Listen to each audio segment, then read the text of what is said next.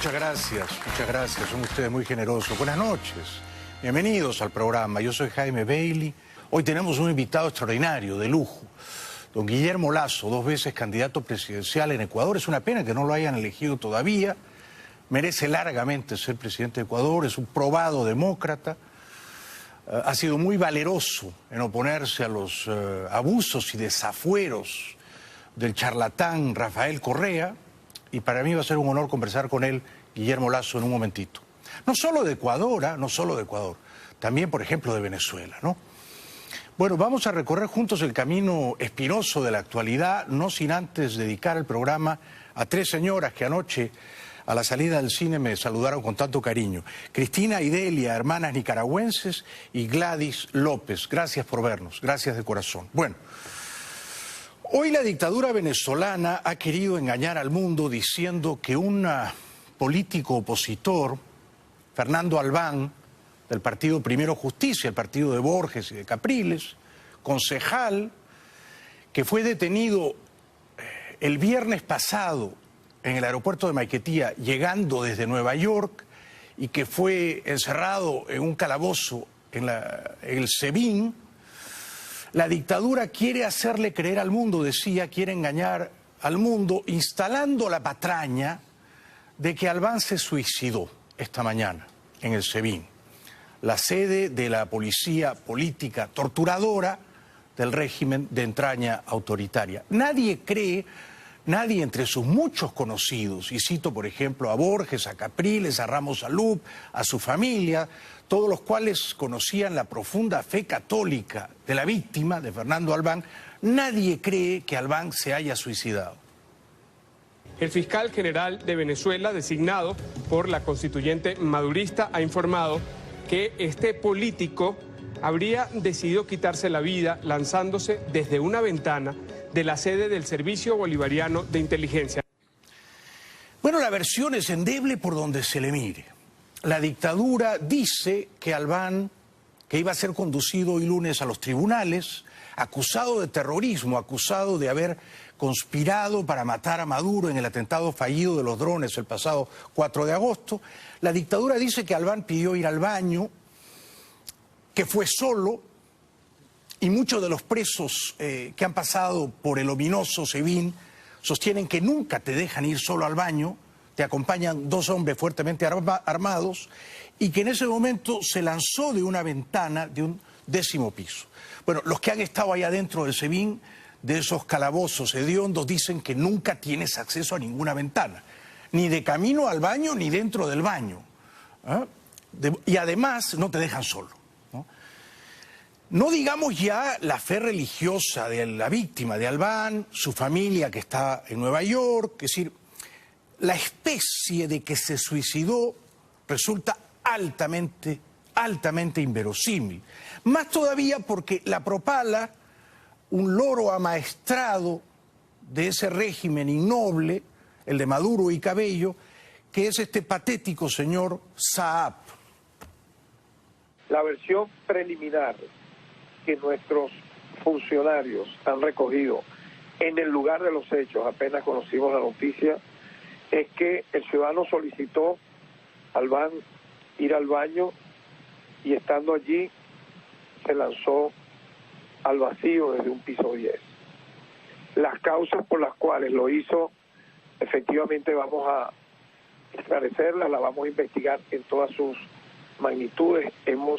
Igualmente nos estamos apoyando con expertos legales de nuestras direcciones criminalísticas, médicos forenses, etcétera. Insisto, los testimonios de presos políticos que han pasado por los calabozos del SEBIN desmienten esta teoría. Todos ellos han dicho que nunca te dejan ir solo al baño, que vas siempre acompañado de custodios, esbirros, y que no hay ventanas, ni camino a, ni dentro del baño.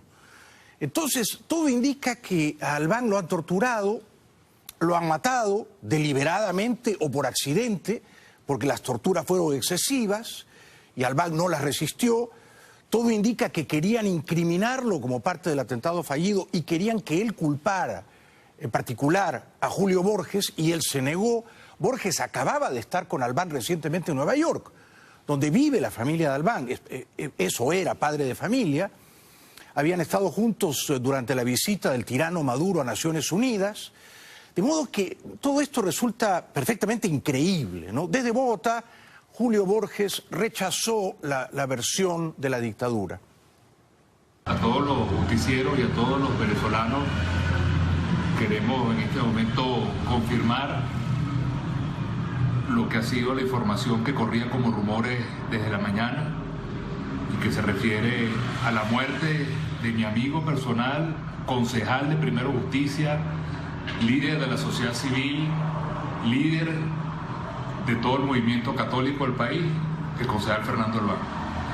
Fernando Albán, mi amigo personal, estuvo conmigo la semana pasada en las Naciones Unidas, estaba visitando su familia que estudia en Nueva York, sus hijos, su esposa, a quienes acabo ahorita de hablar con ellos. Y desde el día viernes que llegó a Venezuela comenzamos a denunciar que fue secuestrado por el gobierno de Nicolás Maduro, por el SEBIN. Y después de un día entero de denuncia aparece que está preso en el SEBIN. Y hoy dicen que se suicidó. Bueno, a ver, pensemos con un poquito de sentido común. Si este señor estaba en Nueva York hace pocos días con su familia y voló a Caracas, yo digo que no tenía nada que esconder. Si él había sido parte del atentado fallido contra Maduro, si había pruebas que lo incriminaban, parece que se hubiera quedado en este país, no hubiera regresado a Venezuela. Si regresó es porque tenía la conciencia limpia, las manos limpias. Ahora, ¿por qué lo arresta improbablemente el viernes la dictadura en el aeropuerto de Maiquetía nada más llegar? Porque está claro que Maduro y Cabello han desatado una campaña viciosa, sañuda, de persecución contra ese partido, Primero Justicia. Principalmente contra Julio Borges. Enrique Capriles está todavía en Venezuela, pero volando bajo el radar, ¿no? Y Maduro quiere apresar a Borges, no lo va a conseguir. El gobierno de Bogotá no va a concederle la extradición. En Venezuela no hay una justicia independiente. Pero quizás el propósito del encarcelamiento injusto, arbitrario de Fernando Albán, que en paz descanse, era el de hacerlo confesar bajo tortura que Borges había sido parte del plan, del atentado fallido del 4 de agosto. Borges al menos sostiene esta teoría y yo le creo. Borges es un caballero, yo le creo. Borges dice además que ayer domingo había hablado telefónicamente con la esposa de Fernando Albán. El abogado de Albán entiendo que pudo verlo ayer. Ahora vamos a ver las declaraciones de él, Joel García. Pero hasta ayer domingo, Albán era un hombre entero, de pie, aferrado a sus convicciones políticas, morales, religiosas.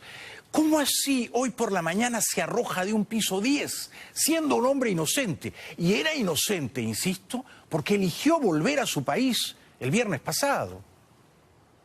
Fernando Albán, imposible que se suicidara una persona de profunda convicción católica, que el día de ayer hablé con su esposa, con Meudi, y me dijo que todas las personas que hablaron con él lo vieron sólido, fuerte, con convicción.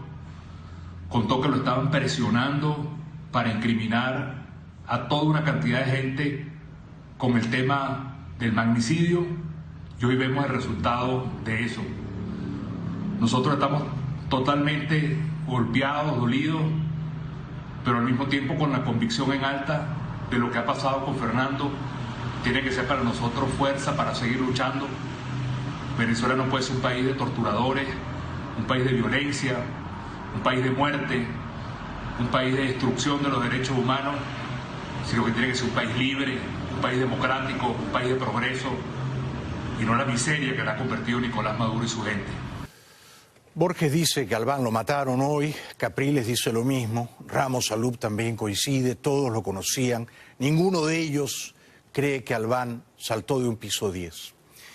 El abogado de Albán, Joel García, consternado por esta noticia, tampoco cree la especie insidiosa del suicidio.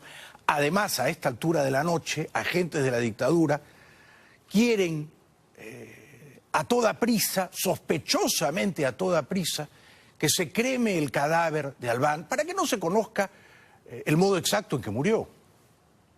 Aquí nos encontramos el equipo de defensa del concejal Fernando Albán. Nos pudimos enterar por dichos del fiscal general sobre el suicidio del concejal. Lo primero que cabe señalar es lo siguiente: ¿cómo el fiscal se atreve a hablar a priori de un suicidio cuando apenas acaba de ocurrir un hecho que ni siquiera fue testigo presencial de esos hechos? Hablar de un suicidio a priori ya nos indica el sesgo de la investigación en la que vamos a estar presentes. Fuentes confiables dicen que a Albán lo mataron en medio de sesiones crueles, sádicas, de interrogatorio. Probablemente se les fue la mano y luego lo han arrojado de un piso 10 para hacer creer a la gente que Albán se suicidó y no se mató, no se mató. El abogado de Albán dice que su cliente, el viernes, cuando fue arrestado en el aeropuerto de Caracas, fue acusado de terrorista. Segundo, toda persona que se encuentra privada de su libertad está bajo las órdenes y el cuidado del Estado. Y en este caso, de los funcionarios del SEBIN y del tribunal irresponsable que hasta la presente hora nos decía que no tiene despacho y que está esperando el traslado, cuando esto al parecer ocurrió en horas tempranas y no tenían oculta la información. Lamentablemente ocurre este hecho con una persona inocente que se le imputaron unos hechos, porque nos pudimos enterar que ayer había supuestamente una orden de aprehensión contra él de fecha 4, donde se le señalaba como terrorista, traidor a la patria y homicidio calificado en la persona del presidente de la República. Un inocente más muerto en las mazmorras de este cuerpo policial. ¿Fue parte el finado Fernando Albán de la conspiración para matar a Maduro el 4 de agosto con drones? No, no fue parte de ella. Como Borges no fue parte de ella, como Requesens, que está preso también y que ha sido torturado, no fue parte de ella. Yo lo sé, no me vanaglorio de saberlo. El destino quiso que los conspiradores me buscasen antes del atentado fallido y que me dijesen cómo iba a ser el atentado y que me pidiesen mi ayuda, bueno, retórica, moral, como si ella valiera algo, ¿no? Bueno, en fin. Pero cuando yo les he preguntado si este muchacho, Fernando Albán, que paz descanse, era parte de la conspiración, me dicen no, en absoluto. Ningún político era parte de la conspiración. Ninguno. Era un complot urdido, tramado por militares. Entonces, ni Borges, ni Requesens, ni mucho menos Albán. Si Albán hubiera sido parte de la conspiración, habría tomado un avión el viernes de regreso a Caracas. De ninguna manera. Los conspiradores a los que yo conozco, que estaban aquí, no sé si siguen por acá, de ninguna manera volverían a Venezuela. Ni siquiera irían a Colombia, porque no se sentirían a buen recaudo. Entonces, es evidente que este era un hombre inocente, falsamente acusado de terrorista, que, según dice su abogado, hasta ayer domingo no había sido todavía torturado. Efectivamente, nosotros nos encontramos en el Palacio de Justicia esperando la audiencia de presentación, puesto que ayer tuvimos la oportunidad de hablar. Todo el equipo de defensa habló con el concejal y el concejal se encontraba sereno, tranquilo, supuestamente preocupado por todo lo que se le estaba señalando. Sabemos y lo dijimos ayer que había sido objeto de presiones, de interrogatorio, y quizás esto sea producto precisamente de esas presiones y de esos interrogatorios. Ayer hablamos con él personalmente en la sede de Palacio. No estaba golpeado y así lo declaramos ayer, que estaba bien, que no había sido objeto de tortura alguna, sí, de muchos interrogatorios, de muchas presiones, pero no tenía ni siquiera un rasguño. Bueno, es inverosímil, es bastante increíble que Fernando Albán se haya suicidado. Además, no era un político de primera línea, no era un gobernador o un alcalde o un parlamentario. Era un concejal, ¿no?, de Primero Justicia. Bueno, era un hombre, digamos, abocado a la política como forma de servicio público, ¿no? Los fines de semana hacía trabajos religiosos, de caridad, de filantropía, o sea, era un alma buena, era un pan de Dios. Esto no tenía nada que ver con el atentado a Maduro. Lo que querían sus captores, sus sicarios, era que él incriminase a Borges, porque formaba parte del mismo partido, Primero Justicia. Lo que le podemos decir que la orden de aprehensión hablaba de los sucesos del 4 de agosto. Estamos hablando del atentado con drones, de eso se le estaba señalando. Por supuesto que él venía de Nueva York porque su familia y sus hijos, su esposa vive en Nueva York y estaba visitando a sus hijos. ¿Que coincidió con el jefe del partido político que él milita en Nueva York? Sí, por supuesto. Y al regreso lo aprendieron y obviamente aquí tienen que haber cámaras. Vamos a ver si ellos están dispuestos a dar esas filmaciones que nos demuestren de que ese hecho ocurrió así. Maduro, que fracasó en Nueva York porque quiso reunirse con Trump, se hincó de rodillas, se postró de hinojos, suplicando una reunión con Trump. No se la concedieron. Fracasó en Nueva York.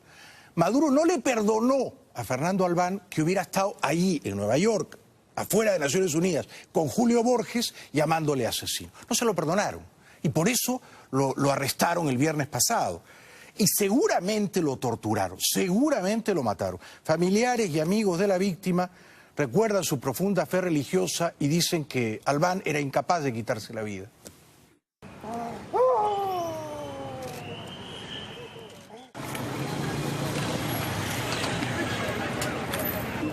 ¿Cómo recuerda a su compañero Fernando Albán y por qué se mantiene firme en que la versión del gobierno no es la correcta?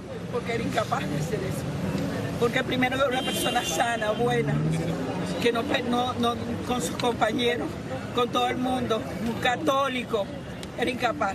Una persona católica de principios cristianos, practicante, es incapaz de hacer eso. Ve su hoja curricular.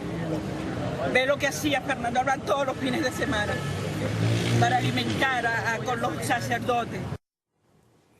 En las afueras de SEBIN, el SEBIN se ha convertido en un verdadero centro de la maldad, ¿no? De la maldad. De la maldad más retorcida, más sádica, más perversa, ¿no? Es un laboratorio de la maldad, regentado además por espías cubanos, ¿no? Y en el que enseñan sus depuradas técnicas de tortura los cubanos a los venezolanos. En las afueras de SEBIN, numerosos estudiantes que no se dejan quebrantar por la dictadura, que no se dejan arredrar por ella, le gritaban a Maduro que algún día pagará por este crimen también. ¡Maduro asesino! ¡Maduro asesino! ¡Maduro asesino! Estos cobardes no nos van a doblegar, no nos van a doblegar. Damos inicio, compañeros, al minuto de silencio en conmemoración a un hermano asesinado el día de hoy. Bueno, es un dolor muy grande, ¿no? Para la familia que está en Nueva York, para todos quienes le conocieron, entre ellas, su secretaria, que no lo podía creer. No puede ser, la gente no reacciona, ¿sabes? La policía preguntó qué estaba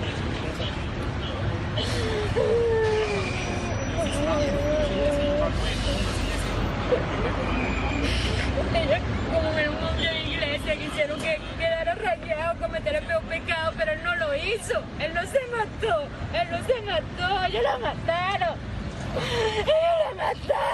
¿Sabes?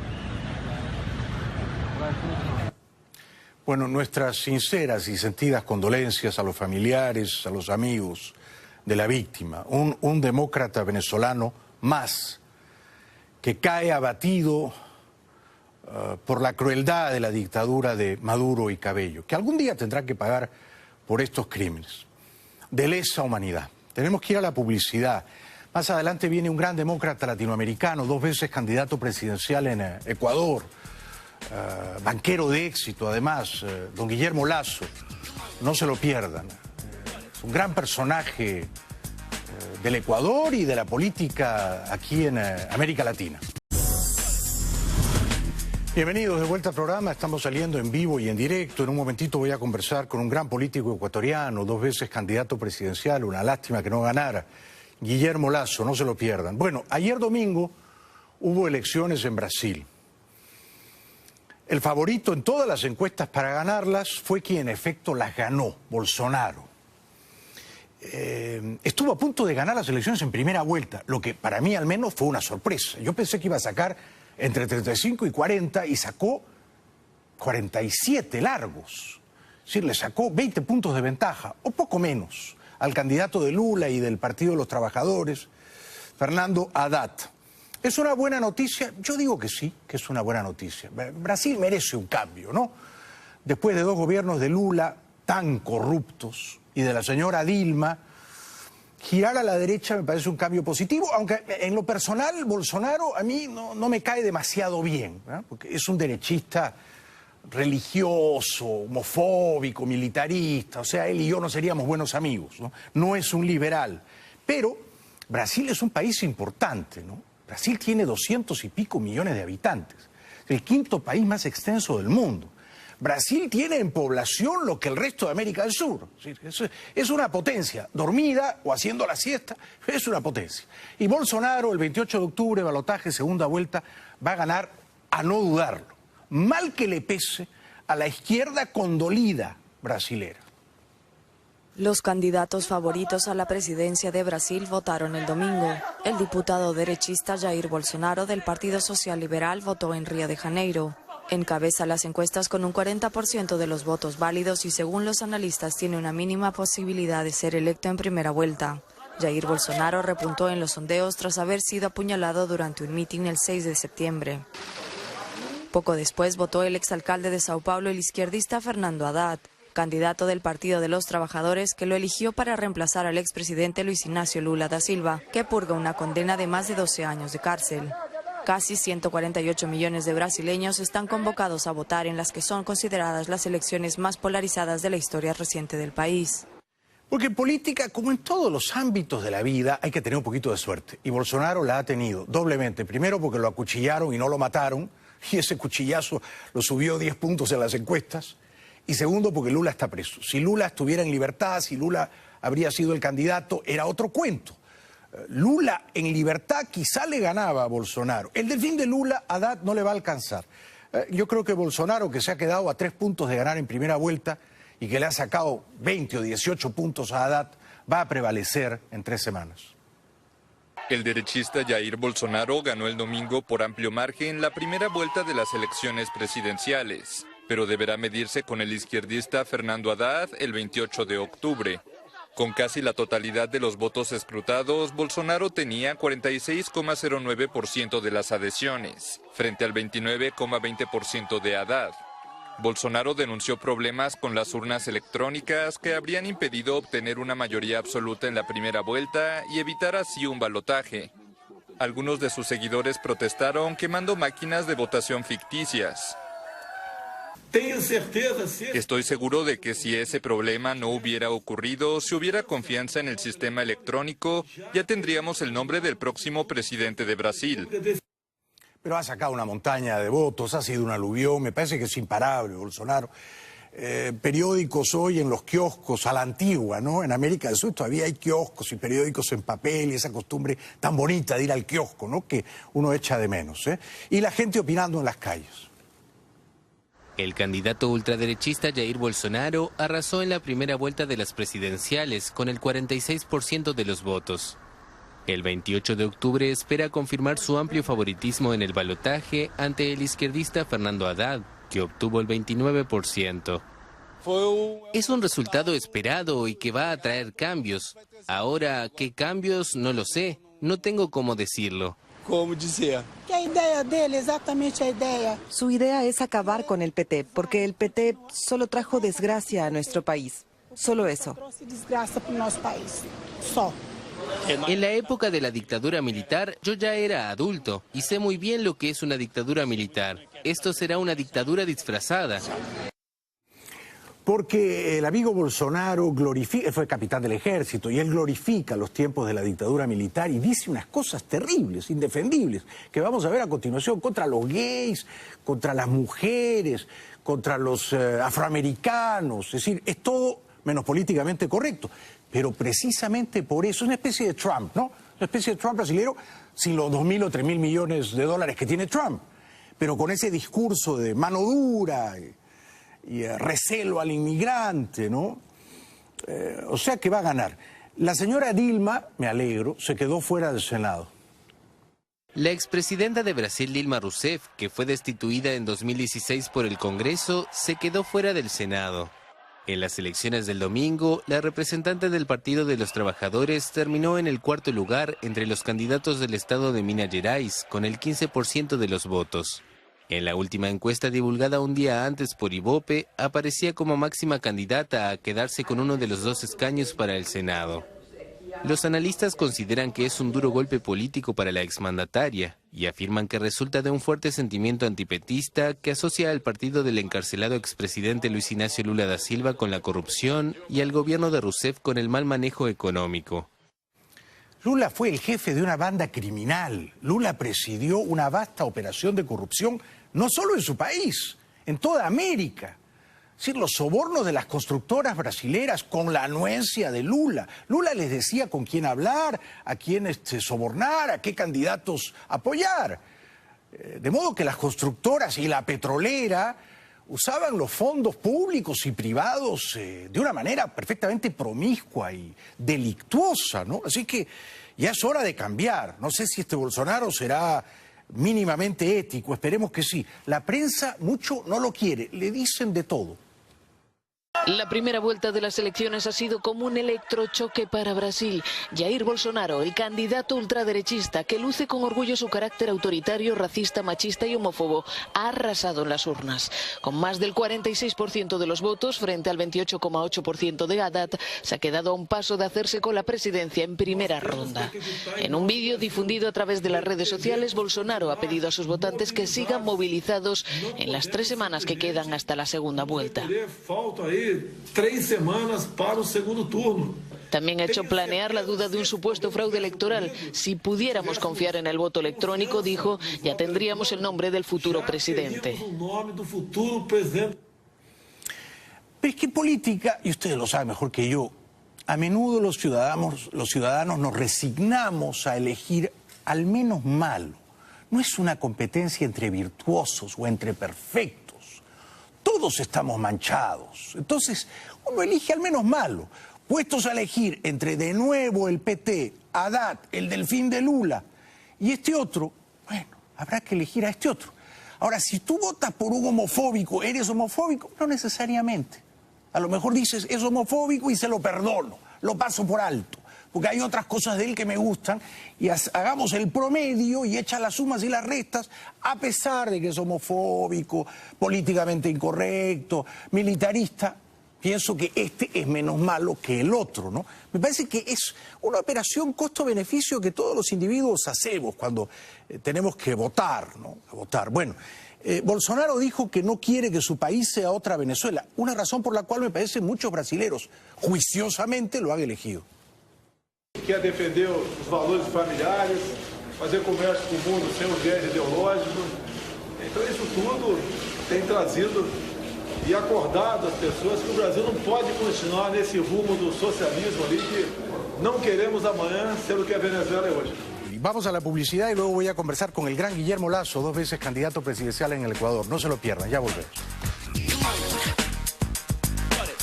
Bueno, a mí podrán matarme, seguramente, ¿no? Ya lo intentaron hace poco en la calle Okeechobee, a mí podrán matarme. Pero los libros, las novelas, el arte, todo eso es inmortal, ¿verdad? Gracias, buenas noches, hasta mañana.